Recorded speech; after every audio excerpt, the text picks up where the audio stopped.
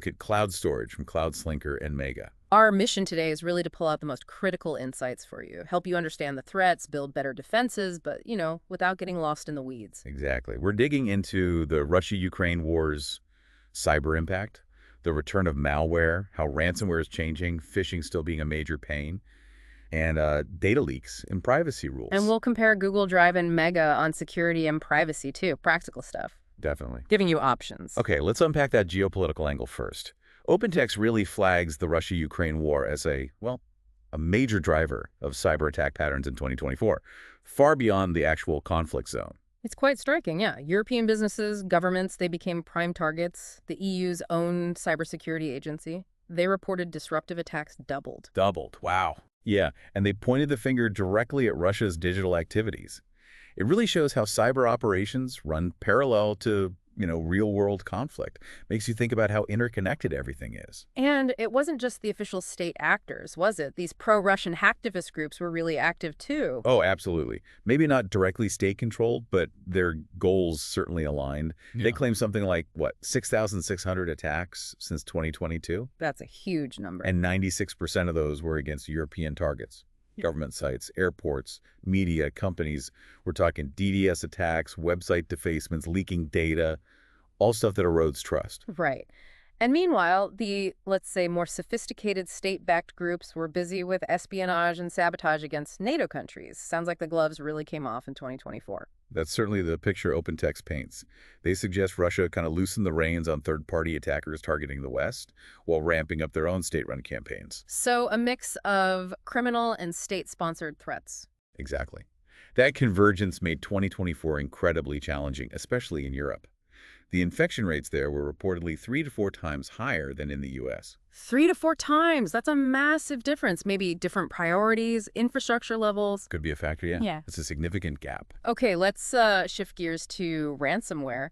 That Lockbit takedown in February 2024 felt like a win, didn't it? It was definitely a notable success for law enforcement. They got decryption keys, made arrests, disrupted things. But it wasn't the end of Lockbit.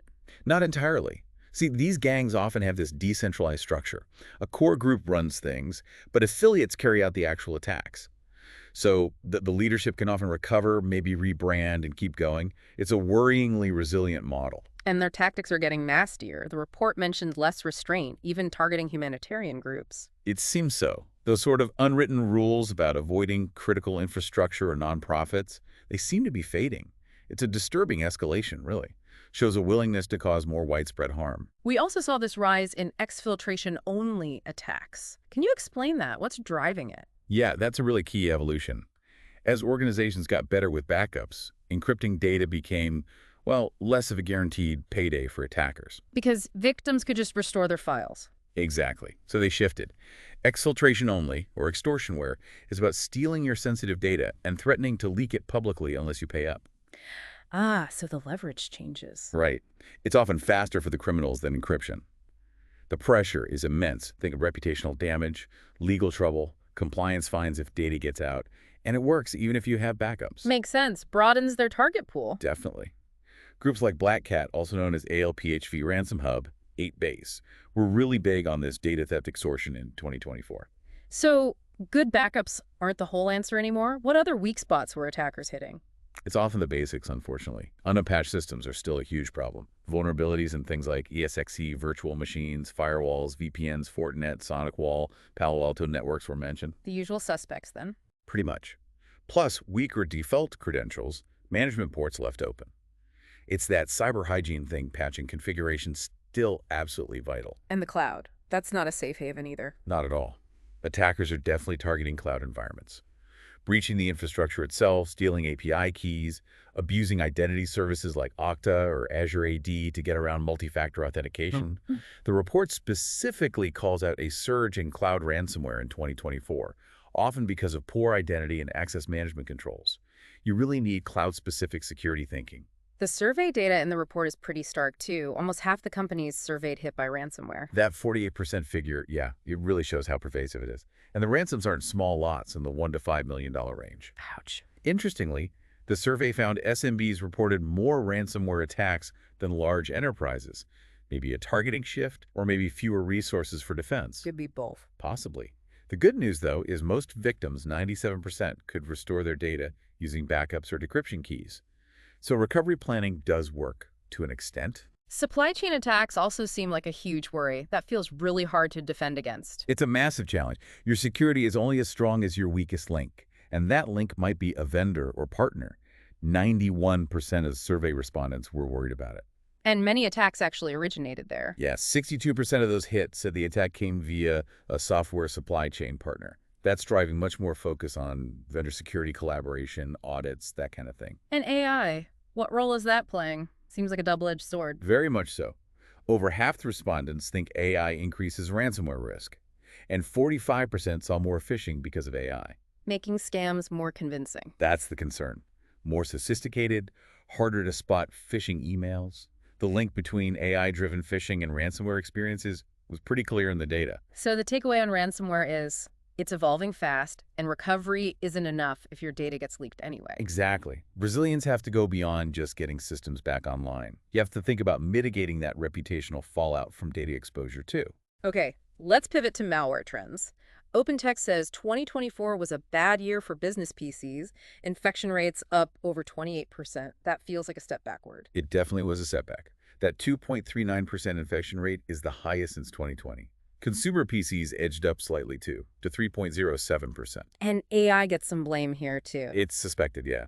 Generative AI making phishing and social engineering easier, more effective, harder to spot. But the report also said the number of totally new malware types kind of plateaued. How does that work? Right. Attackers aren't necessarily churning out endless streams of brand new code. Instead, they're tweaking existing malware for each infection, just slightly changing it. To avoid detection. Exactly. It slips past traditional signature-based antivirus. That's why collecting detailed data from each endpoint, that per-endpoint telemetry, is so crucial now for spotting these variations. The report also showed combining defenses really helps. Oh, definitely. The OpenText data showed combining security awareness training with endpoint protection cut infections significantly by about 7.3%. That's measurable. And adding DNS protection on top of that, the reduction jumped to 19.4%. It really proves the value of that layered security approach. You need multiple defenses. That gap between business and consumer infection rates narrowed quite a bit too. Why might that be? Well, the report suggests maybe attackers are getting better at tricking users, bypassing training with sneakier social engineering. Businesses generally still have lower rates overall, but that big jump in business infections in 2024 is a worry. And smaller businesses fared better. Interestingly, yes, lower infection rates, fewer infections per incident. Probably because larger organizations are just more attractive targets, bigger potential payout. Geographically, you mentioned Europe's infection rate climbed, moved into a riskier category. That's right. Traditionally seen as lower risk, but its rate rose, putting it alongside South America, Asia, Africa, Middle East, around 2.6%, likely tied to those geopolitical factors we discussed. Any specific industries hit harder? Manufacturing saw a big spike, over 42% more likely than average to have infected workstations. And where does this malware usually hide on a system? The report found most of it, over 80% clusters in just a few places. For businesses in 2024, the main spots were the temp folder, app data, then downloads, and the desktop. Useful intel for cleanup crews. Definitely. Helps focus incident response and threat hunting. Okay, let's talk phishing tactics. Are there peak times for these attacks? Yes, there's a definite cycle. Q4, the holiday season, is usually the peak volume. May also sees a spike, probably related to tax deadlines for small businesses in some places. But the type of phishing is changing too, more targeted attacks. Yeah, spearphishing prevalence really climbed throughout 2024, hitting over 56% of all phishing in November. It suggests attackers are getting better at personalizing attacks at scale. Easier to do now, perhaps. And how are they delivering the malware? Attachments still common. Very common. Over 235 million emails with malware attachments were quarantined in 2024. But the type of attachment shifted significantly. As ZIP files became dominant, over 53%, overtaking .htm files. This is likely because Microsoft disabled internet macros in Office docs by default. Attackers had to adapt. Makes sense. Where were most of these malicious emails coming from? The U.S. was the top origin, but Kazakhstan showed a noticeable increase too. What about malicious links in emails or texts? Still a big threat. Oh yes. Around 7.3 billion URL and text-based threats were quarantined. That's actually a slight decrease from the previous year, maybe suggesting attackers are focusing more on effectiveness than just sheer volume. And they often hide these links on legitimate services. They do. The report found Google APIs were abused most often, over 47% of the time. Windows.net was also heavily used. It makes it harder for users to tell good links from bad. Right. Now let's bring in UpGuard's perspective on data leaks. They make a distinction between leaks and breaches, right? They do. A data leak, in their view, is an accidental exposure of sensitive data, whereas a breach is usually a planned cyber attack. And why are these accidental leaks so dangerous? Because leaked data basically gives criminals a massive shortcut. If they find exposed credentials or sensitive info lying around, they skip the hard part of breaking in. It's like finding the door unlocked with the key in it. Lowers the barriers significantly. Hugely. What causes these leaks typically? It's not always some sophisticated hack, is it? Often not. UpGuard points to things like misconfigured software, people getting tricked by social engineering, weak passwords, losing laptops or phones, unpatched software flaws, and even insider threats, sometimes malicious, sometimes just mistakes. And the prize is usually PII, personally identifiable information. That's the holy grail, yes. Used for identity theft, targeted scams, all sorts of things. So how can organizations even know if they're leaking data? And how do they stop it? Proactive steps seem key. Absolutely proactive. UpGuard stresses monitoring places like dark web forums and ransomware blogs because stolen or leaked data often ends up there. And keeping an eye on vendors. Crucial. Over half of breaches start with a compromised third party. So, assessing vendor risk, strong access controls, limiting who sees what good employee training, using data loss prevention or DLP software, DLP, right. data leak detection tools, and encrypting everything sensitive, both when it's stored and when it's moving. Okay, data privacy. PwC offers insights here, saying it's broader than just security. Exactly. PwC frames privacy around the ethical and legal use of personal data. It's about being transparent, getting consent, respecting people's rights over their information. And awareness is up because of breaches and things like GDPR. Definitely. High-profile breaches and regulations like GDPR, which is kind of the global gold standard now, have pushed privacy up the agenda. Many countries are adopting similar laws. But navigating all these rules must be tough for businesses. It's a real challenge. The landscape is complex and constantly changing. PwC tries to simplify it by focusing on 7 key data privacy principles that guide lawful data handling. What are some practical things organizations need to do based on these principles? Well, first, they need to know what personal data they have and why. That means keeping a detailed record, a data register. Document everything. Pretty much. Then, be transparent with people, get their consent clearly, have processes ready to handle requests from individuals, like wanting to see or delete their data within the deadlines. And security is still part of it. Oh, absolutely. Robust security measures are essential. Plus, building privacy in from the start, privacy by design and default, and having clear procedures for notifying authorities and people if a breach happens. What about vendors again? Privacy applies there too. Yes, strong third-party risk management is vital for privacy too. Due diligence before you partner, clear contracts, ongoing monitoring, making sure your standards flow down the supply chain. Right. Okay, let's switch to cloud storage. Cloud's Linker compared Google Drive and Mega. What's the fundamental difference in their approach? It really boils down to focus. Google Drive is all about productivity, collaboration, fitting into the Google Workspace.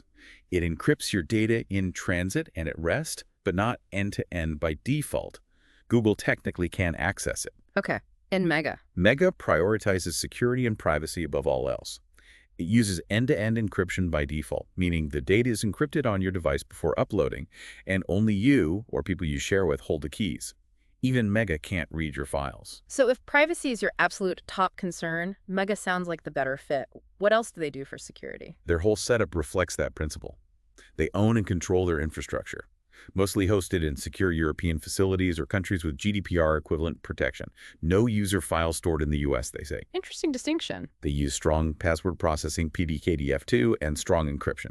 And crucially, because of the end-to-end encryption, if you forget your password, you need your recovery key, a master key you export yourself. Lose that, the data's gone. High security means high personal responsibility. Precisely. They also have robust login security, salting, hashing, two-factor authentication. Even their MegaChat feature is end-to-end encrypted for messages, files, calls, user-controlled keys again. How does Google Drive stack up on its own features? Well, you get generous free storage, great integration with docs, sheets, etc. It has two-factor authentication, good controls for business plans. Google says they don't use Drive content for ad targeting, But they can technically access the encrypted data unless. unless you pay for their Workspace Enterprise plan and enable client-side encryption. That gives you more control over the keys, but it's not the default free or standard experience. So it really comes down to your priorities, doesn't it? Convenience and collaboration versus absolute privacy and user control. Exactly. Google Drive for seamless productivity in that ecosystem. Yep. If you're okay with their access model, Mega if end-to-end encryption and zero-knowledge privacy are paramount. And Cloud Slinker can help you move between them if needed. Got it. Okay, finally, let's look ahead. The Open Text Report's 2025 outlook. Potential political shifts could impact cybersecurity. The report definitely flags that. Uncertainty around, say, a potential change in the U.S. administration could alter international efforts, especially regarding Russia. If there's a perception the U.S. might scale back action against Russian cyber threats, it could embolden attackers. And support for Ukraine's cyber defense. That's another area of uncertainty, along with funding for international cyber capacity building. These geopolitical winds could really shift the landscape. And the criminals themselves. How will they adapt in 2025? They won't stand still. The report expects continued adaptation, maybe more focused purely on data theft and extortion, destructive attacks disguised as something else, more targeting of smaller businesses and supply chains. Supply chain again. It's expected to increase, exploiting software vendors, managed service providers to get wider access. Those initial access broker markets, fueled by info stealers like maybe Redline resurging, they'll likely stay busy. And AI's role will only grow. Seems inevitable. More weaponization of AI is expected, moving towards AI automating attacks, creating even more convincing deepfake scams. Scary stuff. It means defenders and law enforcement need to be super adaptable, maybe more preemptive operations. International cooperation becomes even more critical, especially if U.S. leadership priorities change. And that problem of safe haven countries allowing criminals to operate just continues the whack-a-mole game. And exploiting chaos, like system outages. Yes, opportunistic attacks, leveraging major incidents or outages for social engineering, or spreading malware that's seen as a growing threat too. So wrapping this all up, what are the key recommendations for staying resilient going into 2025? The main message is attackers don't give up, so you can't either. Constant vigilance, constant adaptation. Prevention is vital, but it's not foolproof human error. 0 days happen. So resilience means more than just prevention? Absolutely. It's combining prevention with fast detection, effective response, and rapid recovery.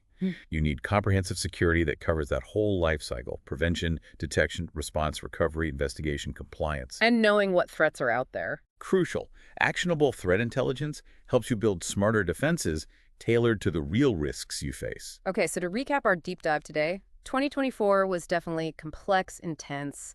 Geopolitics played a huge role. Ransomware and phishing kept evolving. Privacy rules got stricter. Supply chains became even bigger targets. And looking ahead, AI is clearly going to be a major factor, forcing defenders to constantly innovate and adapt. Which brings us to a final thought for you, our listeners.